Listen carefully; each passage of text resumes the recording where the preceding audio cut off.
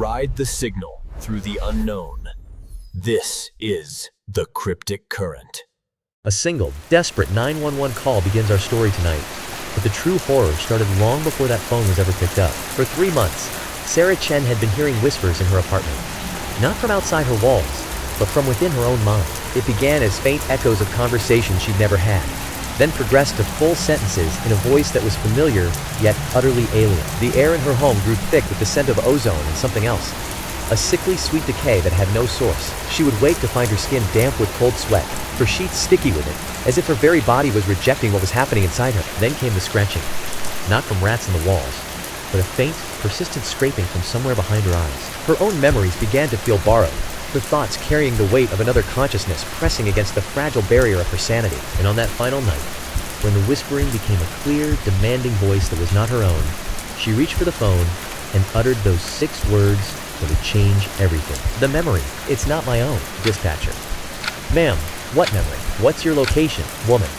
Everyone in Cedar Ridge saw it. We all dreamed it last night. The same hands, the same dirt, the same burial. The dream's texture lingered, the damp grit beneath fingernails, the scent of turned earth and iron, the weight of soil pressing down. Not a whisper, not a cry, just the muffled thud of earth meeting earth, the scrape of wood, the finality of closure. We woke with the taste of soil on our tongues, the phantom weight still crushing our chests, knowing it wasn't just a dream. The air in the kitchen turned thick, tasting of ozone and old dust. A damp, sticky chill seeped from the floorboards, clinging to his bare feet. Then came the sound. Not a creak, but a wet, rhythmic scratching from inside the pantry door. A primal dread took hold, rooting him in place as a metallic scent, like cold iron, filled the room. The scratching stopped, replaced by a faint, guttural whisper that seemed to come from the walls themselves. It was the kind of place where the biggest scandal was Old Man Henderson's prize-winning roses getting trampled. Sarah, the cafe owner in her early 30s, smiled warmly as she handed a steaming latte to a familiar customer.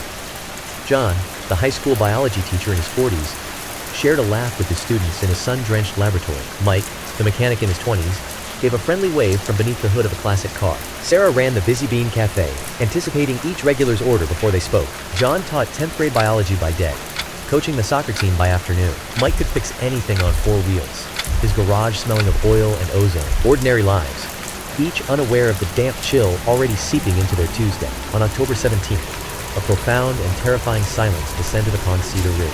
It was not a silence of sound, but of self. The very air grew heavy and still, thick with the scent of ozone, cold, damp earth. A primal dread took hold as the familiar hum of consciousness simply ceased. Because when every single soul in that town closed their eyes, they didn't dream their own dreams. At dawn, an unnatural stillness settled over the streets. Then, one by one, doors began to swing open on their own. The air grew thick with the scent of ozone and damp earth as the town's residents emerged, moving with the same vacant, synchronized gait. People drifted onto porches and into driveways, their faces hollow with confusion, gazes carefully avoiding one another. It began with the unnatural quiet at the Busy Bean Cafe. The familiar roar of grinders and morning gossip was completely absent. Sarah stood behind the counter, her hands trembling as she poured milk into the unsettling stillness. She would lock eyes with a customer, and instead of exchanging pleasantries, she'd just stare. An unspoken understanding passed between them, heavy and oppressive like coastal fog. John stood motionless in his classroom, palms pressed flat against the wooden desk.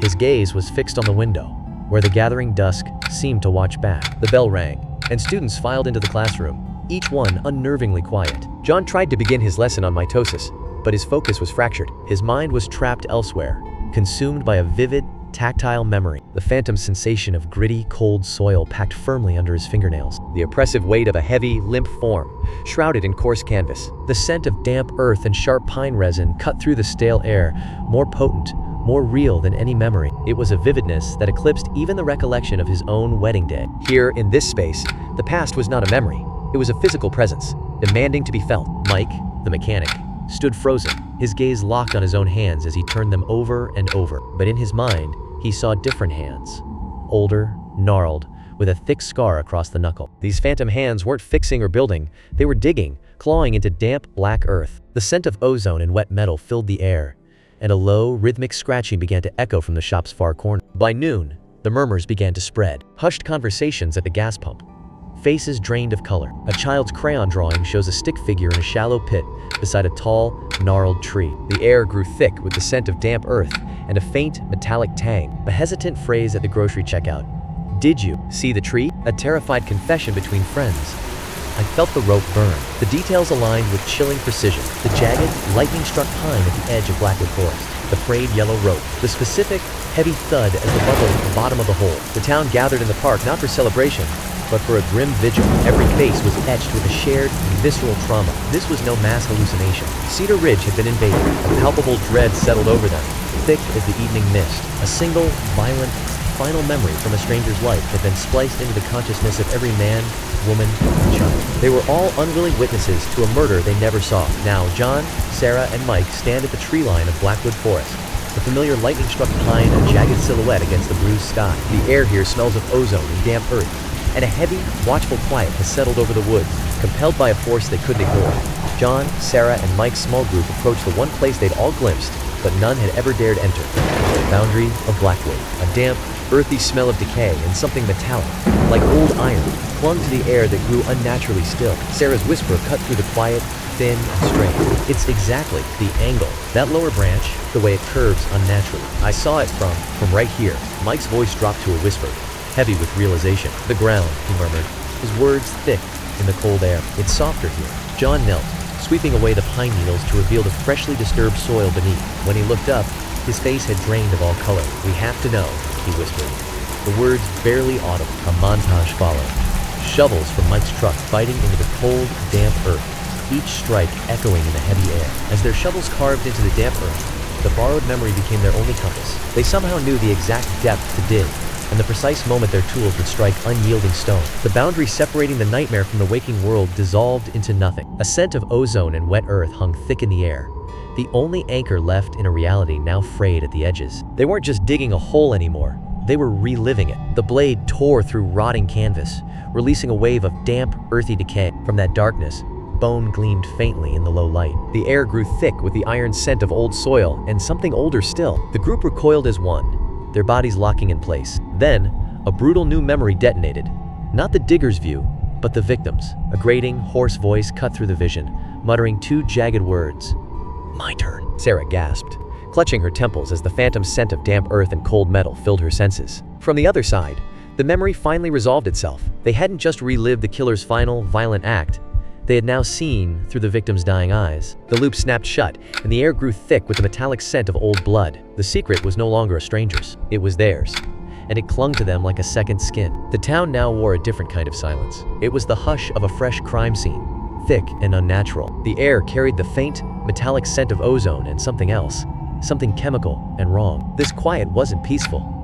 It was a held breath, waiting for the other shoe to drop. News vans from the city gathered at the edge of town, their satellite dishes like silent witnesses. The body was identified as a missing drifter from 3 states over, and the official investigation began. But for the residents of Cedar Ridge, watching from behind their windows, the air grew heavy with an unspoken dread. The official story was just beginning, but for this town, the true horror had only started to take root. The entity had just morphed its form. Sarah flinched at her own reflection in the empty cafe's window, the glass smelling faintly of ozone and old coffee. John jolted awake with a strangled cry, his wife's comforting touch feeling cold and distant against his clammy skin. At the sink, Mike scrubbed his raw hands under scalding water that carried the metallic scent of iron, trying to wash away what couldn't be seen. Sleep had become a brutal, nightly war. What if every time they closed their eyes, they were dragged into a stranger's final moment? The scent of ozone and burnt rubber filled their lungs as they experienced the violent impact of a hard punch. A sudden crushing pressure in their chest accompanied the metallic taste of blood, a heart attack seizing another's body. Then, the cold, rough texture of rope against their throat,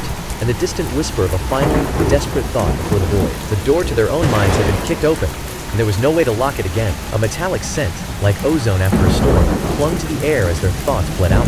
Whispers that weren't their own scratched at the edges of their consciousness. A sticky, invasive presence. The final shock. It's night. Every single house in Cedar Ridge has a light on. Every single window in Cedar Ridge now burns with light, the town twinkling like a field of terrified stars. The residents no longer fear the darkness outside. They dread the void that has taken root within their own minds. A cold, metallic scent hangs in the air, a phantom taste of something that doesn't belong. They are all certain, with a dread that feels sticky and inescapable, that a fragment of a dead man's consciousness was forced upon them, but they are left with a question more haunting than any memory. If that memory found us, narrator. If that memory found us, whose memory is dreaming of us right now? If the signal hooked you, subscribe, and catch the next ripple.